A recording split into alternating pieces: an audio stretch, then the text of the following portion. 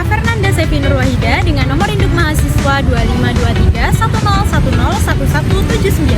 Dan saya Restu Dwi Ananta Samputri dengan nomor induk mahasiswa 252310101178. Nah, di sini kita akan membahas tentang konsep anatomi fisiologi. Apa sih yang dimaksud dengan anatomi fisiologi? Anatomi adalah ilmu yang mempelajari struktur tubuh manusia dan relasi komunikasi antar satu bagian tubuh ke bagian tubuh lainnya. Fisiologi adalah ilmu yang mempelajari fungsi bagian-bagian tubuh manusia dan bagaimana proses menjalankan fungsi tersebut.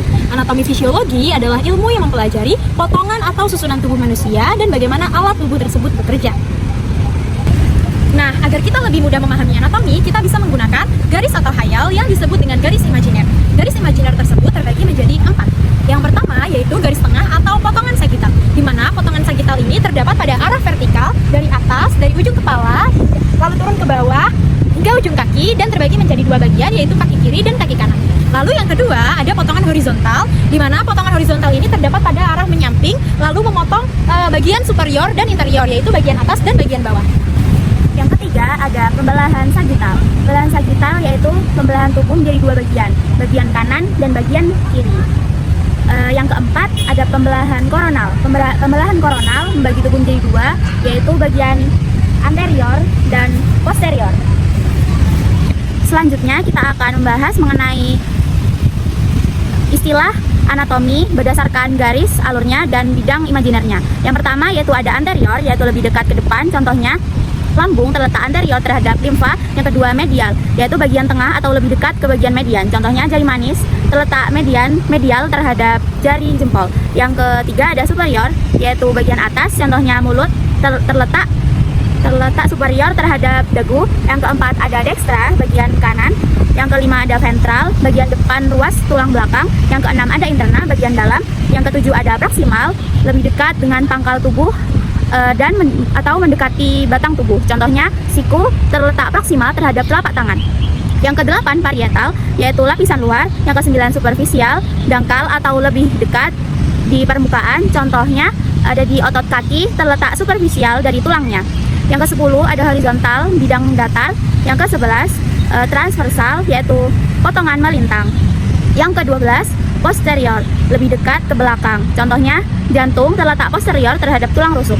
Yang ke-13 lateral, bagian samping menjauhi bidang median, contohnya telinga terletak lateral terhadap mata. Yang selanjutnya ada inferior, yaitu bagian bawah, contohnya pusar terletak inferior terhadap payudara. Yang selanjutnya ada sinistra, yaitu bagian kiri. Dan selanjutnya ada dorsal, bagian belakang ruas tulang belakang. Yang selanjutnya ada eksterna, yaitu bagian luar. Lalu selanjutnya ada distal, yaitu ujung atau menjauhi batang tubuh, contohnya pergelangan tangan terletak distal terhadap siku. Lalu ada perifer, yaitu terletak pada pinggir atau tepi. Setelah itu ada visceral, yaitu terletak pada lapisan dalam. Lalu ada profunda, yaitu dalam atau lebih jauh dari permukaan, contohnya tulang resta dan pengumpil terletak profunda terhadap otot lengan bawah. Lalu ada vertika, yaitu bidang tegak. Longitudinal, potongan memanjang. Sentral bagian tengah, lalu ascendent bagian naik dan descendent bagian turun. Lalu ada cranial bagian kepala, caudal bagian ekor. Palmar ke arah palmar manus atau anggota gerak atas. Lalu plantar, yaitu ke arah plantar pedis atau anggota gerak bawah. Setelah itu ada ulnar, yaitu ke arah ulna atau tulang hasta. Lalu ada radial, yaitu ke arah radius atau tulang pengumpil. Setelah itu ada tibial, atau yaitu ke arah tibia atau tulang kering. Setelah itu ada fibular, yaitu ke arah fibula atau tulang betis. Setelah itu kita akan belajar mengenai posisi anatomi. Posisi anatomi terbagi menjadi 4. Yang pertama adalah posisi anatomi berdiri. Seperti ini. Posisi anatomi berdiri, tubuh berdiri tegak lurus dengan mata menghadap ke depan dan kaki menghadap ke depan. Posisi ini adalah posisi referensi standar untuk memahami hubungan antar struktur tubuh.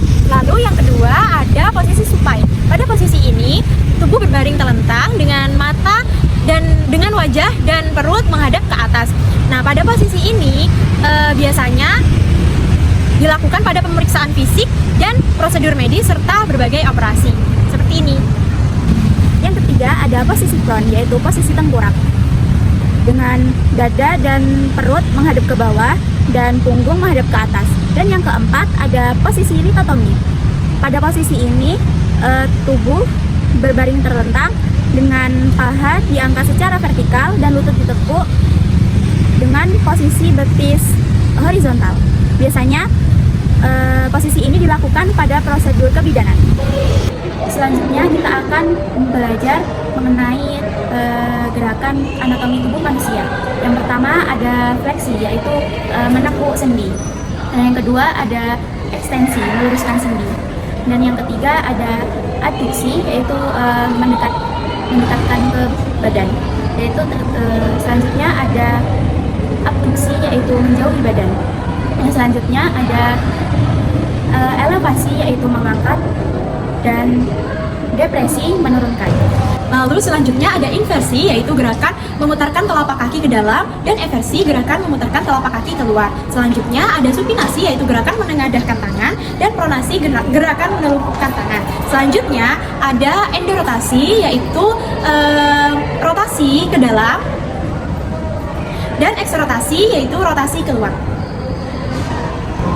Selanjutnya ada aksis gerakan. Yang pertama ada aksis sagital, yaitu garis yang memotong bidang gerak sagital dengan bidang gerak transversal. Yang kedua ada aksis transversal, yaitu garis yang memotong bidang gerak frontal dengan bidang gerak transversal. Yang ketiga ada aksis longitudinal, yaitu garis yang memotong bidang gerak median dan frontal dan berjalan dari atas ke bawah. Selanjutnya ada bidang anatomi. Bidang anatomi ini terbagi menjadi 4. Yang pertama ada bidang median, yaitu bidang yang melalui aksis longitudinal dan aksis sagital, sehingga dengan demikian dinamakan medio-sagital. Lalu yang kedua ada bidang sagital atau bidang paramedian, di mana bidang ini posisinya tegak lurus dengan bidang-bidang sagital. Lalu yang ketiga ada bidang koronal atau frontal, yaitu bidang yang mengandung aksis-aksis transversal dan sejajar dengan dahi dan tegak lurus dengan bidang-bidang sagital. Lalu yang keempat ada bidang transversal, yaitu letaknya tegak lurus dengan bidang-bidang sagital dan koronal pada posisi berdiri, posisi horizontal. Sekian dari kami, terima kasih, bye-bye.